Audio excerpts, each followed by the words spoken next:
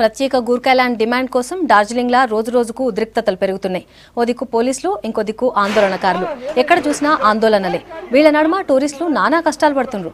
ప్రత్యేక గూర్ఖాలాండ్ కోసం గూర్ఖా జనముక్తి మోర్చా నిరవధిక బంద్కు పిలుపునిచ్చింది. ఇయాల్టికి 6వ రోజు. జీజేఎం మహిళా విభాగం ఆధ్వర్యంలో నిర్వహిస్తున్న ర్యాలీని పోలీసులు అడ్డుకున్నారు. అయినా ర్యాలీని ఆపకపోవడంతో పోలీసులు లాఠీచార్జ్ చేసిండ్రు.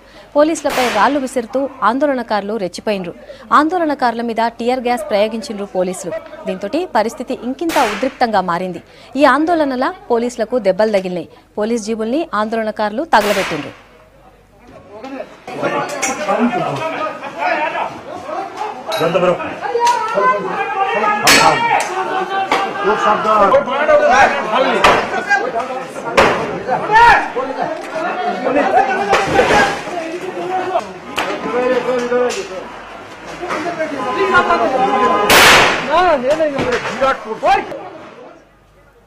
జీజేఎం మీడియాను చూసే విక్రమ్ రాయ్, ఆయన కొడుకు ఎమ్మెల్యే అమర్ రాయ్ను పోలీసులు నిన్న అర్ధరాత్రి టైంలో అరెస్ట్ చేసిండ్రు.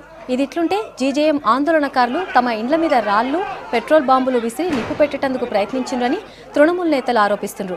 గూర్ఖా మోర్చా ఆందోళనలు టూరిస్టుల మీద పడ్డది. ఓ దిక్కు పోలీసులు, ఇంకో దిక్కు ఆందోళనకారులు. నడుమ టూరిస్టులు నలుగుతున్నారు. డార్జిలింగ్ హిమాలయన్ రైల్వే సర్వీసులన్నీ ఆపేసిండ్రు.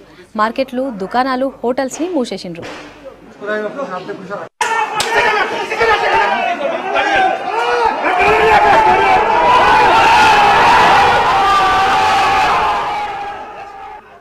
డార్జిలింగ్లో లొల్లి జ్యేష్ఠులతో మాట్లాడేందుకు తయారుగున్నామన్నారు వెస్ట్ బెంగాల్ సీఎం మమతా బెనర్జీ. గోర్ఖా జనముక్తి మోర్చా నాయకుల మీద జనానికి నమ్మకం పోయిందన్నారు. అందుకే ఇన్ని రోజులు సపోర్ట్ చేయకుండా ఉండి ఎలక్షన్లు దగ్గర పడంగానే లొల్లి మొదలుపెట్టిండ్రని కోపానికి వచ్చిండ్రు. ఇంట్లో కుట్రకోణం ఉందన్నారు. బందులు చేసుడు చట్టవిరుద్ధమని కోర్టు చెప్పినా వినకుండా గడబిడ చేస్తున్నారన్నారు మమత.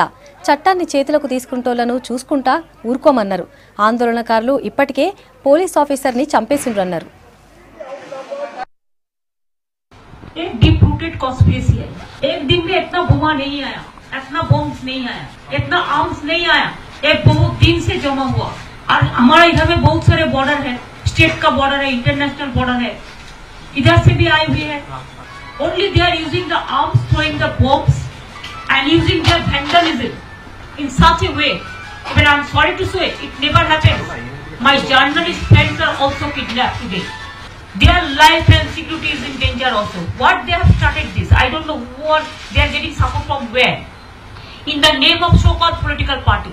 5 साल तो जीटीएम ने गोरखालैंड टेरिटोरियल अथॉरिटी का हम लोगों ने कर दिया था. कौन नहीं किया? ये तो central government, state government, GTM मिलके कर किया था. 5 साल हो गया है महीना में. 5 years you enjoyed your power, and when the election is coming, then you started violence because you have lost the credentials. And that's why, from where they are getting this source of strength, I will request the central government not to encourage them to behave like this. If anything happened there, if any foreigners, ultimately country का बदनाम होता है ना. ये बंगाल का नहीं है, देश का बात है. तो I think this deep-rooted conspiracy, there should be an end. ఉద్యమాన్ని ఇంకింత ఎక్కువ చేస్తామంటున్నారు గోర్ఖా జనముక్తి మోర్చా చీఫ్ బిమల్ గురుంగ్. పోలీసులు అక్రమంగా తమ కార్యకర్తల ఇళ్లలోకొచ్చి వాళ్లను చిత్రహింసలు పెడుతుండ్రన్నారు. ఇప్పటికే 2 కార్యకర్తల్ని పోలీసులు చంపేసిండ్రన్నారు. ఇప్పటి సంధి ఇంకింత గట్టిగా కొట్లాడతామన్నారు.